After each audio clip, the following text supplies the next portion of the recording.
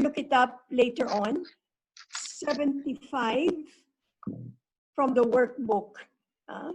And it's entitled, "The Light Has Come."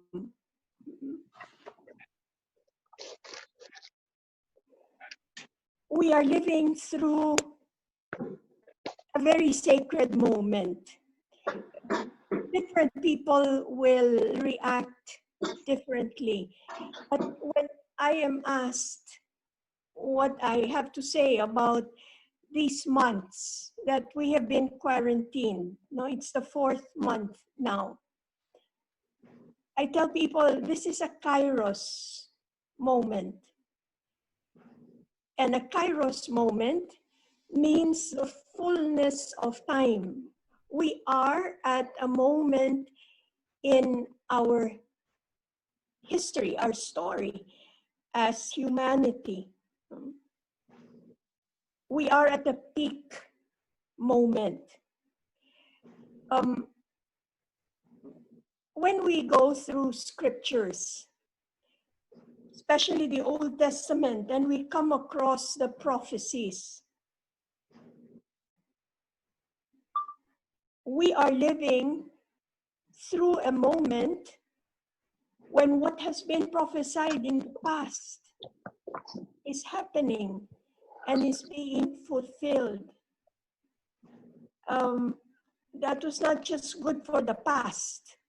We are living through another fullness of time. And what we consider... Dears, am I coming? Can you hear me? Yes, sister. Is it okay? You can hear me, huh? Yes, sister. Okay.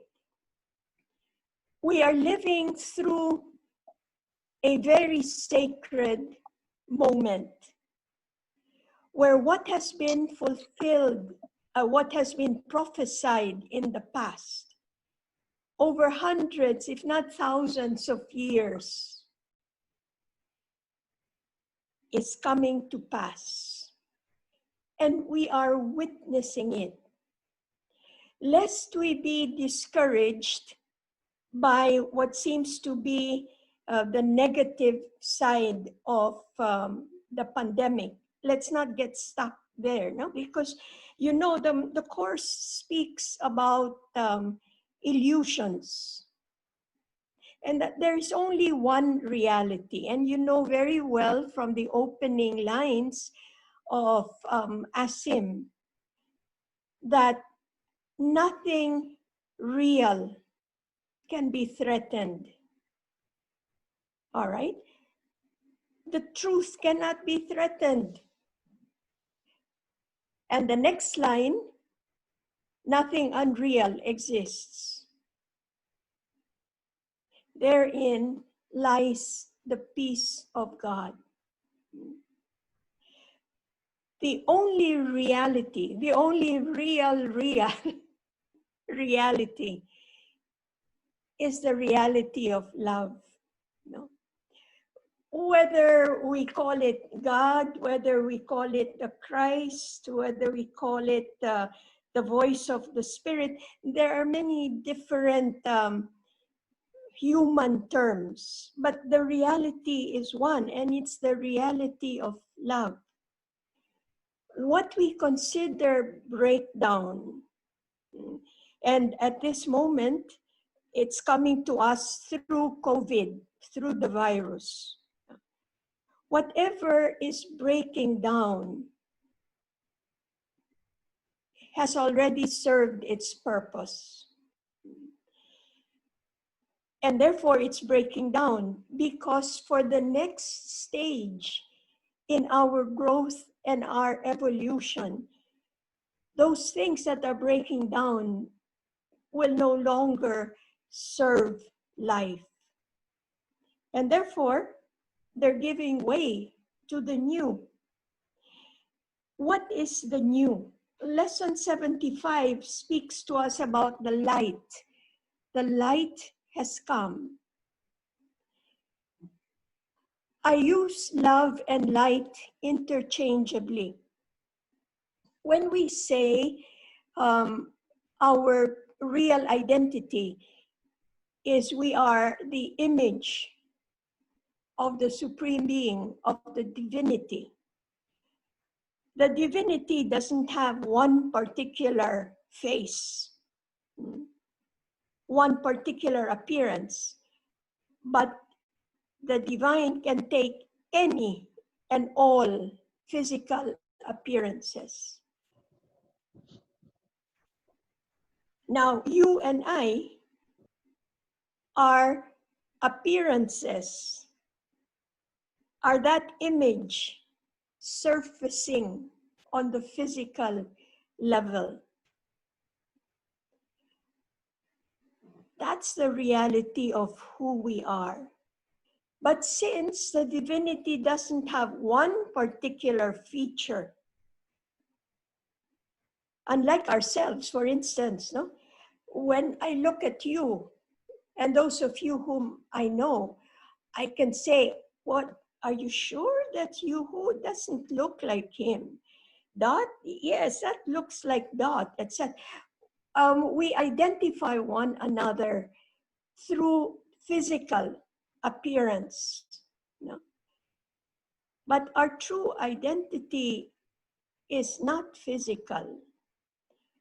Our true identity is spirit. And I love that passage from the writings of Teilhard de Chardin, Father Teilhard de Chardin, where he says, we are not human beings on a spiritual journey or having a spiritual life. We are not human beings. And yet most of us, if not all of us, have grown up believing that we're human beings. And that's why we're stuck to that expression, I'm only human, sapagkat ako'y tao lamang. But that's not who we truly are. Our true identity is spirit. So Father Teilhard de Chardin says, we are not human beings on a spiritual journey, but rather we are spiritual beings passing through this physical reality now. So our true identity, our true nature is spirit.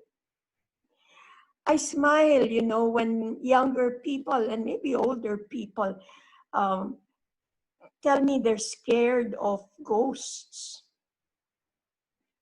And sometimes they ask, are there ghosts here? And I've learned to answer that question. I tell them, yes, like in your home or your office. Sister, there are ghosts, they're full of spirits. We are surrounded by spirits. We think that the embodied spirits like you and me, we think that we're the only ones around here. No. We have many companions even now, and they're listening to us. And they are sharing their love with us. You know? Now, the reality of who we are, our identity, our true identity is love. But we have forgotten it. A number of you introduced yourselves by telling me how many years you've been studying a course in miracles, etc. When was the first time that you heard about this course? I'd like to share with you very, very briefly how I came across a course in miracles. The ministry I am involved in is accompanying people in their spiritual life, no? Basically through retreats and through sessions, all kinds of sessions and for all types of people. That's how I met Dot and Yuhu and Ato. Different kinds of groups that I had. And I've read a lot. I was struck by the fact that the authors who hit home, who really were saying something in their books or in their videos that resonated with what I believe deep within, were speaking the same language, no? And so I became very, very curious, and I researched, and I went into their backgrounds. And all of these people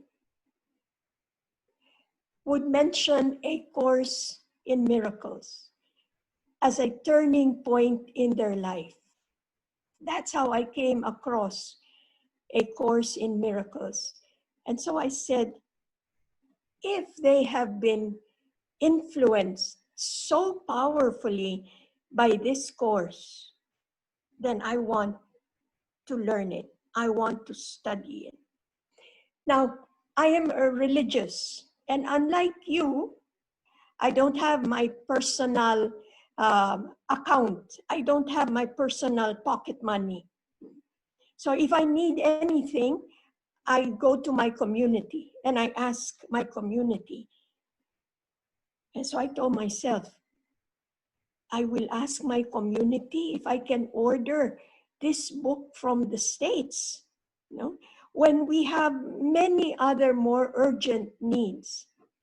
And so because I'm also a student in the power of the mind, I said, okay, I visualized the blue book in my hand. And I was led to different book sales. And first, I would find the first part, the text. But I said, this is not complete, no? And then after a few more months, they were used copies. After a few more months, I would enter another book sale and I would find the workbook. And so that's how little by little, I came across the 3 parts of A Course in Miracles. Until one day, one of my friends in the States asked me, what do you want for your birthday? And that was my chance. So I told them, if you can get me a copy of this book, by whom is it? Tell me the author and I will look it up. I said, there's no author, there's no name. I said, the author is the Holy Spirit. You know? Of course, she thought that was rather strange. I said, never mind, just tell Amazon or tell whichever bookstore that you want a copy of ACIM. They will know. And that's how I got hold of my first copy. Each one of you has a story to share. But each one of you will also share how A Course in Miracles has changed, is changing you, and will continue to change you.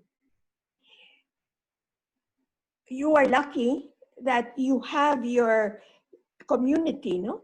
And that you share regularly. When I told Dot, I'm sorry that you'll have to wake up so early, no? And I didn't know you who was also going to wake up very early. Dot told me, oh, I'm used to it because every Tuesday, that's my schedule. Oh, I said, you know, that's wonderful. Why do I say that you're lucky? Because you have companions, all right, who are thinking and who understand from the same point of departure. So your companions, whether you are a small group, whether you are an expanding group, whether you're connected to groups in the States, doesn't matter how many you are. But the mere fact that you have one other or 2 other companions is a big blessing. Because at least when you are with them, they will not think that something is loose up here, you know? Because they also are studying the same realities. But you may find yourself in situations where your companions who are now listening with you today may not be around. All right? In that situation, it would be better not to use the language of a course in miracles. And do not use the course to argue and to prove a point, because then we slip back into the world of illusions. You will be led to the people, to the groups, right, that you are meant to grow with together. You know? And just wait, it will be shown you. When you go over lesson 25 on your own, I'm not going to quote from it now, no? But enough for me to read this passage. Today we celebrate the happy ending to your long dream of disaster. There are no dark dreams now. The light has come. Today, the time of light begins for you and everyone. It is a new era in which a new world is born. The old one has left no trace upon it in its passing. Today we see a different world. We will continue to see a different world because the light has come. You know, the course makes sense only when you allow it to speak to your soul, to speak to your heart in faith. Faith is the key. No? You know very well from the biography and the autobiography of Helen Schuckman and Bill Thetford, what they went through. They had each other, but it took a while for them to develop a community who were willing to think the way they were being led. So we have to be ready for moments of solitude. Solitude is good. Solitude is different from loneliness. I am not referring to loneliness, no, nor to moments of depression. Solitude is a capacity to keep still, and to listen. And the voice of the Spirit will continue to teach us. And you will know that it is true because it will resonate with something deep within you. What we are living through at the moment, we call it the pandemic, we call it lockdowns, quarantines, the different levels of quarantine. These are necessary. These are necessary for the old normal to give way to the new. And you know, when we hear people saying, oh, when shall we get back to the normal? When shall we be able to go back to work, to be able to go back to school? We will not go back to the normal, to what we considered normal before. When we look at the word normal, there's the word norm. And a norm develops according to the people who live, whether in a certain area or at a certain time. It's people who create norms. And because they do it repeatedly, then it becomes normal. All right? God forbid that we should desire to go back to the old normal, because that's finished. And we are being led to a new dimension. And so ours is to continue remaining open so that we might be led to the new norms. And what is the new thing? It's the whole reality of love, where love becomes our breath, love becomes our way of life. Love marks our relationships, not from time to time, but always, ALWAYS and ALL-ways, at all times and in all ways. You know? But it will only happen if you're willing to let it happen in your life. It must begin with you, and it must begin with me. Remember that passage in scriptures, in the Gospels, where Jesus tells us, you do not put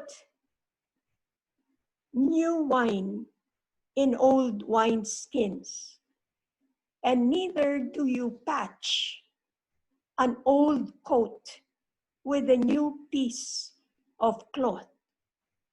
Because whether it be the wine that you pour into old wineskins, the new wine will tear the old wineskins. Or whether it's a patch, if you try to patch an old shirt with a new piece of cloth, it's going to tear. It will not be able to hold it. That's what we're living through now.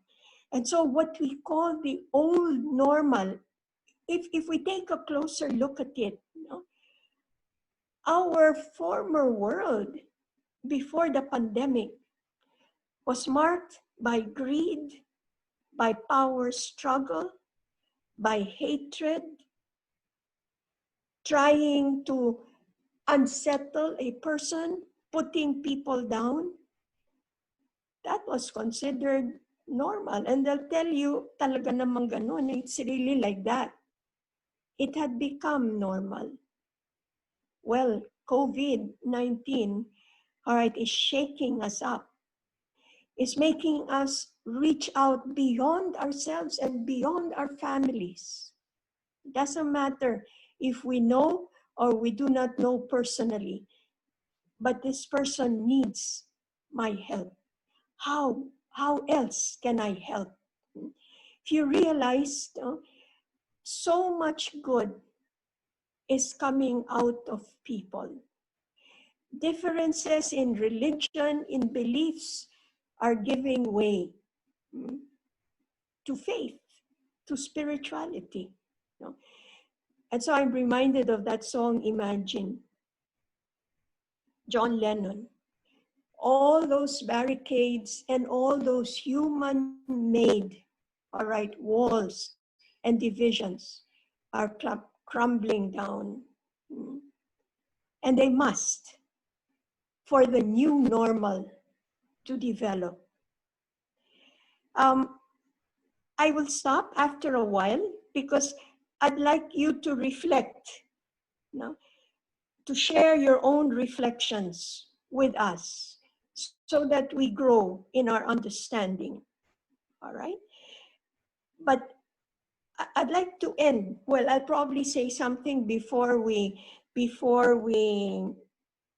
hung up. But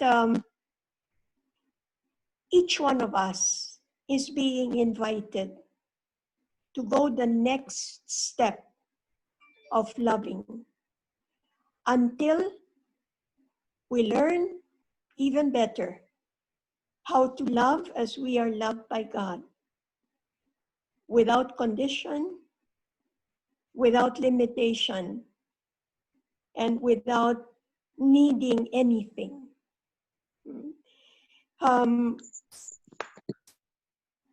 By the way, that passage is not mine. Loving as God loves us without condition, without limitation, and without need. It's Neil Walsh in his Conversations with God. He's another author who has been marked very, very deeply by A Course in Miracles. All right. And so, my dear companions, we will know that ACIM is sinking its roots more and more deeply in us if others, we might not see the result, but others will tell us, ay, nagbago ka na. Iba ka na ngayon. No? I don't know what it is, basta nag-iba yung energy mo. All right?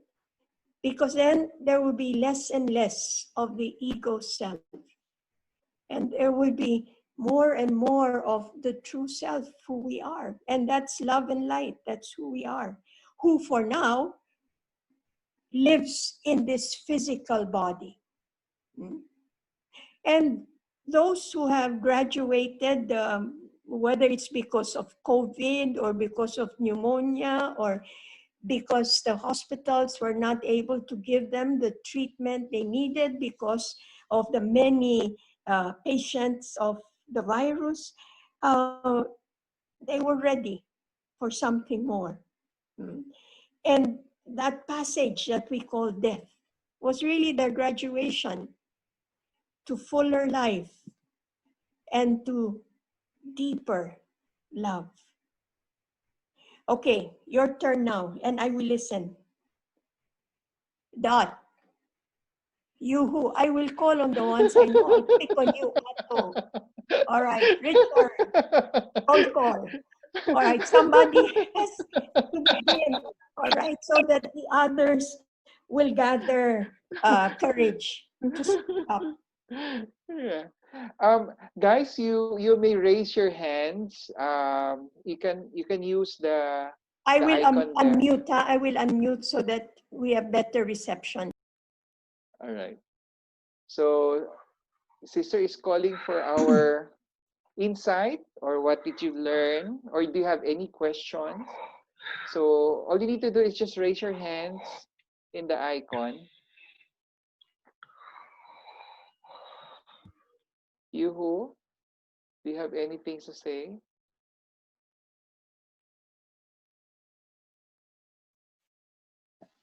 Okay, so well, it's hard because only 3% is being called my sister. So I guess you have to say something.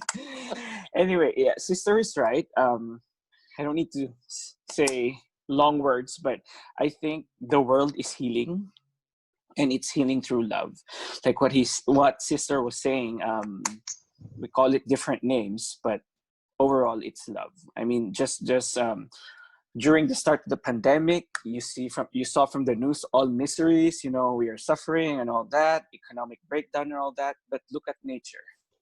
First time for how many years they've seen dolphins or fishes in the Venice Canal.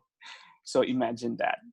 They've saw like turtles appearing in the beaches of Phuket of Thailand, and all around the world. So sometimes it's all ego, because we're always saying we're affected, humanity is affected, but because of us, look what's going on with the world. Yeah. Aren't those animals are part of God's creation? So this COVID-19 clearly has, taught us something else. It's not us, it's everybody. So hopefully we can see the light at the end of the tunnel, so to speak. Yeah. So thank you. That's all I can say. Impromptu. Thank you, Yuhu. And you forgot to I would like to add that, since that there's a turtle, there's a dolphin. By the way, we can even see mermaids here in Boracay. Yeah, very clear. Diba, Luella? Yeah, we can swim now as mermaid here in Boracay freely. So, sige. Oy guys, ano yan? Comedian si Sister, di ba Sister? Yan, we have a lot of humors with sisters. Yan. So, yeah, anyone would like to add or have a questions? Kian, she raised her hand. Kian, go. Where's Kian? Okay. Hi, it's me. So first, it was very super refreshing yung sinabi ni sister. Wow. I'm so amazed. It's like, because I'm a fan of retreat, sister. So I go to silent retreat. Tapos you are assumption pa. So I have Polania naman po yung background ko. So anyway, I just want to ask, parang out of the topic siya. Sometimes, how do you relate ACIM to Catholic faith na very dogmatic po, di ba? Yeah, let me ask you whether I understood your question. How do I relate ASIM with our Catholic beliefs? With the Catholic faith, yes po. Kasi minsan I find it, faith. oh yes, Okay. or in a very dogmatic way po. Yes po, yun po yung tanong ko. I don't see any conflict, really, personally. I don't see any conflict. Wow. What ASIM teaches us is beyond what has been taught to us. Remember, there was a time when Jesus was teaching something, and it was difficult to understand and difficult for him, difficult for people to understand him. And so he spoke these words. He says, let him, let her who can take it, take it. So there are certain things that not everybody will be able to reconcile with what has been taught to us. But the truth is only one. Now, what has happened to many of us is we grew up and there were different teachers who were teaching us. No? Not because our parents, our teachers meant to harm us, not because they wanted to confuse us, but because that was where human understanding and human consciousness was at that time when they were in school or when they were learning. So that's what they passed on to us.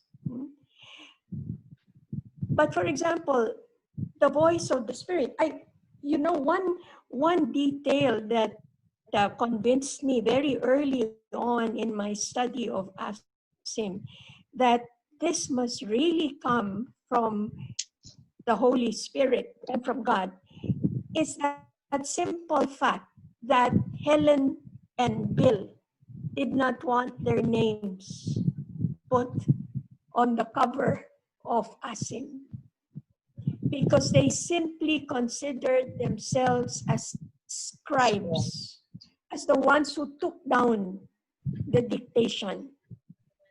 And Helen says, if they ask you who said so, tell them the voice of the Spirit. It's God within each one of us. And you will know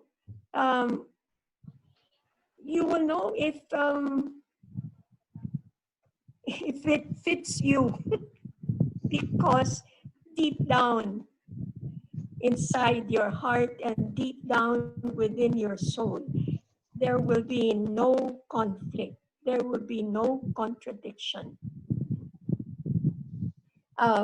That's all I can say at the moment. Personally, I have not experienced